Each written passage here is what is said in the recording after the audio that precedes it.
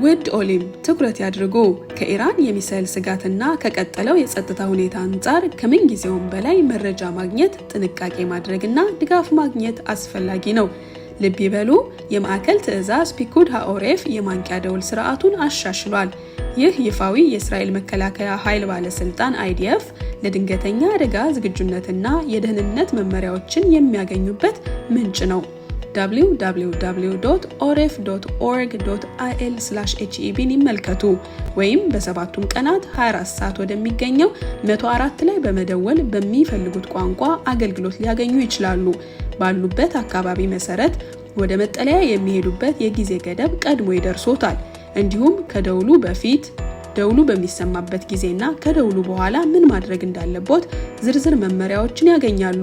ሳይረን ከሰሙ ወይም ማንቂያ ደውሉን ካገኙ ወዲያውኑ ወደ መጠለያ ቦታው ለመግባት በአካባቢው የተመደበውን የጊዜ ገደብ ይጠቀሙ።